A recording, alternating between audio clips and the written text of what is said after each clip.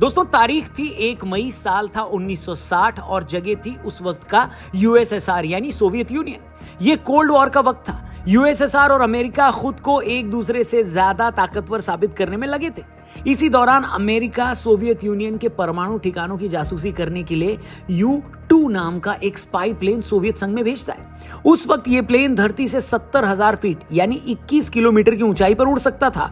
America को पूरा भरोसा था कि इतनी ऊंचाई पर कोई रडार उसे पकड़ नहीं पाएगा, न ही इतनी हाइट पर कोई मिसाइल उसे गिरा पाएगी। लेकिन सोवियत संघ किसी मामले में कम थोड़ी ना था। इतनी ऊंचाई पर उड़ने के बावजूद सोवियत संघ के एंटी एयरक्राफ्ट सिस्टम ने उसे डिटेक्ट कर लिया और उस पर SA-2 सैम मिसाइल दाग दी। एयरक्राफ्ट पर मिसाइल अटैक होते ही U-2 के पायलट फ्रांसिस गैरी पावर्स ने पैराशूट के साथ उससे छलांग लगा दी। सोवियत आर्मी ने पावर्स को जिंदा पकड़ लिया। मामला सामने आया तो अमेरिका ने झूठ बोल दिया कि यह तो मौसम की जानकारी लेने वाला वैज्ञानिक विमान था, मगर यूएसएसआर ने एयरक्राफ्ट का मलबा दिखाकर और पायलट को दुनिया के सामने पेश करके पूरी दुनिया के सामने अमेरिका को नंगा कर दिया। अमेरिका को अपने जिस U-2 विमान पर इतना भरोसा था, यूएसएसआर ने उसकी सारी हवा निकाल दी। पूरी दुनिया में अमेरिका की बेइज्जती हो गई, मगर अमेरिकन भी हार मानने वाले थे नहीं। यही वो टाइम था जब अमेरिका ने रियलाइज किया कि अगर उसे खुद को मिलिट्री सुपर पावर बनाना है तो उसे एक ऐसा एयरक्राफ्ट डेवलप करना होगा जो कि दुनिया के किसी रडार की पकड़ में ना आए। यही सोचकर उसने सबसे पहले SR-71 ब्लैकबर्ड डेवलप किया, जो कि हाई स्पीड रिकॉन प्लेन था। फिर उसने F-117 nighthawk stealth fighter plane बनाया और आखिरकार जो प्लेन बनकर सामने आया उसका नाम था B-2 स्टेल्थ बॉम्बर। जी हाँ, वही B-2 स्टेल्थ बॉम्बर जिसके एक विमान की कीमत $2.1 बिलियन है। जी हाँ, एक बॉम्बर 17,000 करोड़ का है, लेकिन इस बॉम्बर को दुनिया के किसी देश को वो नहीं बेचता। रडार एब्जॉर्बेंट कोटिंग की वजह से ये दुनिया के किसी रडार की पकड़ में नहीं आता। ये एक बार में 18,000 किलो से भारी बम ले जा सकता है। ये इतना महंगा है कि अमेरिका ने भी ऐसे सिर्फ 20-22 बॉम्बर ही बनाए हैं। इसे अमेरिका की नॉर्थरॉप ग्रुमन कंपनी ने बोइंग के साथ मिलकर बनाया था। इसे 2011 में अमेरिकी फौज में शामिल कर लिया गया। ये 50,000 फीट से भी टारगेट को पिन पॉइंट हिट कर सकता है। एक बार में 18,000 किलोमीटर का ये सफर तय कर सकता है। और दुनिया के सबसे ताकतवर इसी B-2 बॉम्बर से अमेरिका ने 22 जून की सुबह 4:30 बजे ईरान के 3 परमाणु ठिकानों पर हमला कर दिया। अमेरिका ने इन साइट्स पर 30,000 पाउंड वजन के क्लस्टर बॉम्ब्स गिराकर उन्हें पूरी तरह बर्बाद कर दिया।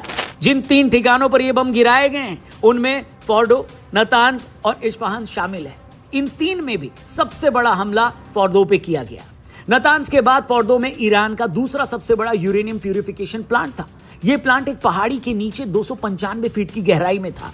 यही वजह थी कि इजरायली मिसाइल्स ने नतांज और इस्फहान की न्यूक्लियर साइट्स पर तो हमले कर दिए थे, लेकिन फोर्डो के प्लांट पर वो चाहकर भी हमला नहीं कर सकते थे। सारी दुनिया को पता था कि यह काम अमेरिका के B-2 स्टेल्थ बॉम्बर के अलावा और कोई नहीं कर सकता, क्योंकि B-2 स्टेल्थ बॉम्बर में ही GBU-57 MOP जैसे ताकतवर क्लस्टर बॉम्ब्स लगाए जा सकते हैं। आपको बता दें कि एक GBU-57 क्लस्टर बॉम्ब का वजन 13,600 किलो होता है।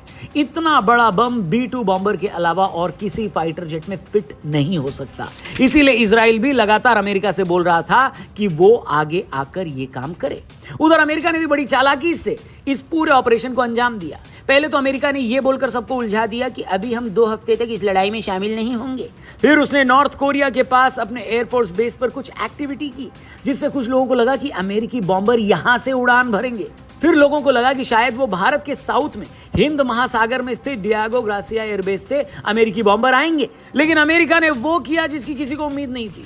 B-2 बॉम्बर्स ने ये उड़ान सीधे अमेरिका के मिसूरी एयरबेस से भरी। मिसूरी से ईरान तक आने में इन बॉम्बर्स को लगभग आधी दुनिया कवर करनी पड़ी। खबर है कि कई घंटों की उड़ान के चलते हवा में ही इसमें फ्यूल भरा गया।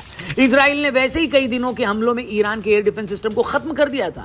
वो दावा कर रहा था कि ईरान के एयर स्पेस पर अब हमारा कब्जा है। बस फिर क्या था, 22 जून की सुबह ये बॉम्बर सिर्फ कुछ ही मिनटों में नतांज, फोर्डो और इस्फहान पर क्लस्टर बॉम्ब्स गिराकर चले जाते हैं। आपको बता दें कि जो GBU-57 क्लस्टर बॉम्ब्स इन साइट्स पर गिराए गए हैं उन्हें न्यूक्लियर बॉम्ब के अलावा दुनिया का सबसे ताकतवर बम माना जाता है। ये अर्थ पेनिट्रेटिंग बॉम्ब है, यानी ये धरती का सीना चीरकर उसके नीचे कई 100 फीट तक टारगेट को हिट कर सकता है।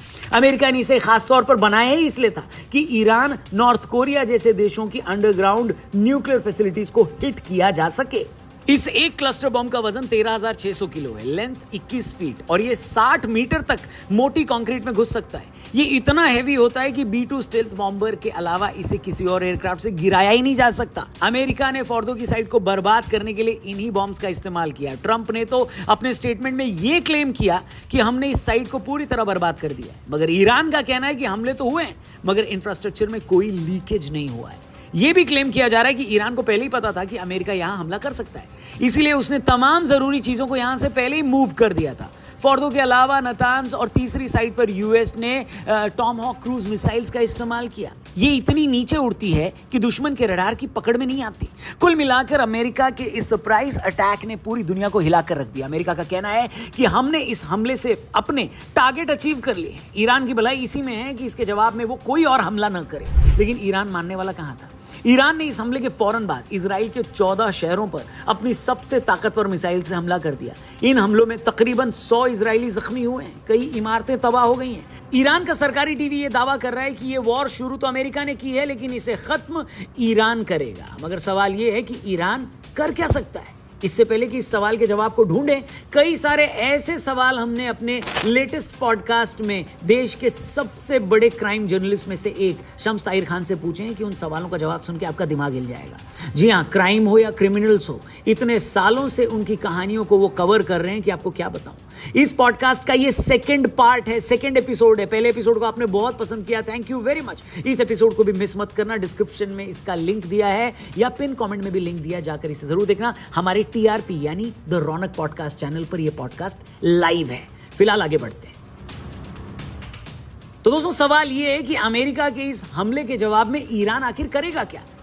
ईरान के पास सबसे पहला ऑप्शन यह है कि वो मिडिल ईस्ट में मौजूद अमेरिकन एयरबेस को निशाना बनाए, लेकिन अमेरिका ने पहले ही बहरीन और कतर से अपने एयरक्राफ्ट हटा लिए। दूसरा, ऐसा करने में रिस्क ये है कि ईरान इजराइल से तो अच्छे से डील कर रहा है, कुछ मामलों में उस पर भारी भी पड़ रहा है, लेकिन उसने अगर अमेरिकी ठिकानों पर हमला किया तो अमेरिका को सीधे इस वॉर में उतर जाने का मौका मिल जाएगा और वो ईरान के लिए अच्छा नहीं होगा। दूसरी बात, इस बात की भी अटकलें लगाई जा रही हैं कि ईरान स्ट्रेट ऑफ हॉर्मुज को ब्लॉक कर सकता है। आपको बता दें कि ईरान की समुद्री सीमा में मौजूद ये वो रास्ता है जहां से दुनिया का 20% ऑयल ट्रेड होता है। अगर ईरान इस रास्ते को ब्लॉक करता है तो पूरी दुनिया में तेल की कीमतें बहुत ज्यादा बढ़ सकती हैं। अभी पर बैरल तेल $77 के आसपास है, लेकिन अगर ईरान ने इस रूट को ब्लॉक किया तो तेल की कीमतें $125 तक जा सकती हैं। लेकिन इसमें भी एक झोल है, ये कि इस रूट के जरिए अमेरिका का ट्रेड बहुत कम होता है।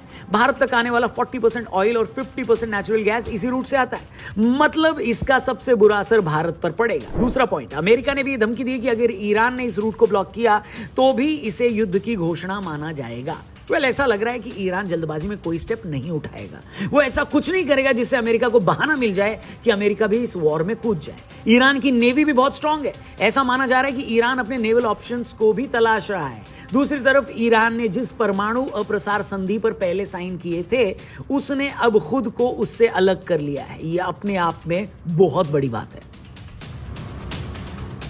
इस सारे माहौल के बीच पाकिस्तान की पूरी दुनिया में थू थू हो रही है।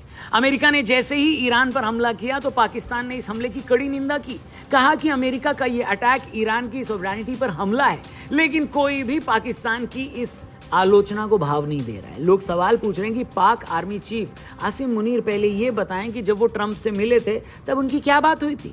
जहां तक कहा जा रहा है कि चंद डॉलर के लालच में पाकिस्तान ने अपने ही मुस्लिम पड़ोसी मुल्क ईरान की हिफाजत का सौदा कर दिया है। पाकिस्तान ने अपने आर्मी बेस अमेरिका के हवाले कर दिए हैं। लोग यहां तक पूछ रहे हैं कि जो पाकिस्तान सरकार 2 दिन पहले डोनाल्ड ट्रंप के लिए नोबेल पुरस्कार की डिमांड कर रही थी, वही पाकिस्तान की सरकार आज किस मुंह से अमेरिका के अटैक की आलोचना कर रही है।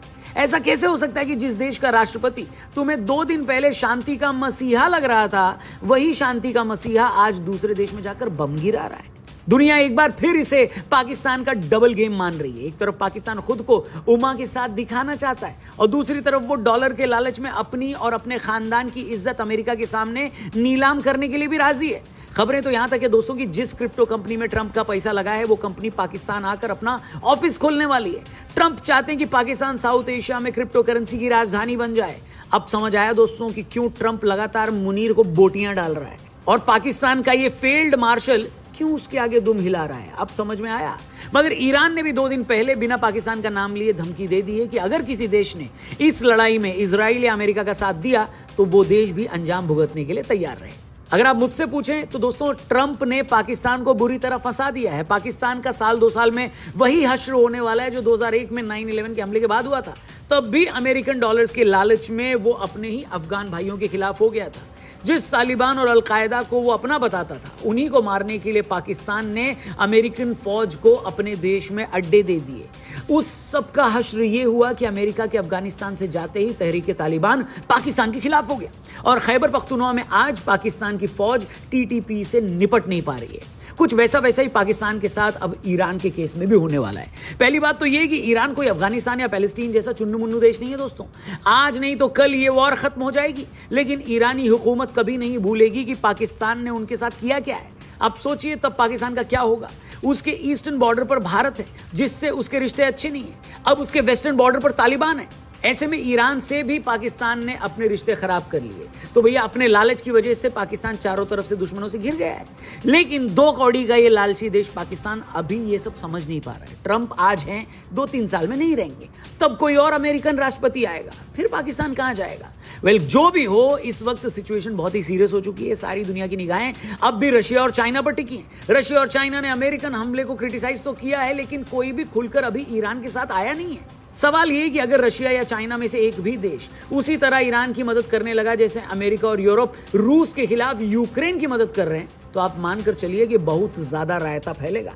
इसका आप इस बात से अंदाजा लगाइए कि हमास, जिसके पास कुछ 100 लड़ाके हैं, जो अपने आप में किसी देश की आर्मी का हिस्सा भी नहीं है, जब 2-2.5 साल बाद इजराइल उसे भी पूरी तरह खत्म नहीं कर पाया, तो ईरान को तो कुछ दिनों की लड़ाई में वो कैसे हरा पाएगा बताओ? ईरान की आबादी 8.5 करोड़ है। वो तेल बेचने वाले देशों की लिस्ट में 4थे नंबर पर है। उसके पास नेचुरल गैस का सबसे बड़ा रिजर्व है। मतलब पैसे की कोई कमी नहीं है। अब अगर कोई ये सोच रहा है कि अमेरिका ईरान को कुछ दिनों में हरा देगा, तो ऐसा सोचना बहुत बड़ी भूल होगी। बाकी दोस्तों आप बताइए कमेंट करके, क्या लगता है ईरान और इजराइल की लड़ाई में अभी कौन भारी पड़ रहा है? और आपको लगता है ईरान को पाकिस्तान को पेल देना चाहिए? क्यों? क्योंकि पाकिस्तान ने उसके साथ धोखेबाजी की है। जो भी आपको लगे कमेंट करके बताना। और जाने से पहले डिस्क्रिप्शन में और पिन कमेंट में लिंक दिया है हमारे लेटेस्ट पॉडकास्ट का, जो कि इस पॉडकास्ट सीरीज का पार्ट 2 यानी एपिसोड 2 है। एपिसोड 1 को आप लोगों ने बहुत पसंद किया। शम्स ताहिर खान, जो देश के सबसे बड़े क्राइम जर्नलिस्ट में से एक हैं, उनके साथ अलग अलग केसेस, अलग अलग क्रिमिनल्स पे बहुत सारी बातें हुई हैं। लिंक डिस्क्रिप्शन में दिया है। क्राइम पर ऐसा पॉडकास्ट आपने नहीं देखा होगा, उसे भी जरूर देखिए और अपने दोस्तों से भी जरूर शेयर करिएगा। चैनल सब्सक्राइब करना। जल्दी मिलते हैं दोस्तों, अपना ख्याल रखिए। गुड बाय, जय हिंद।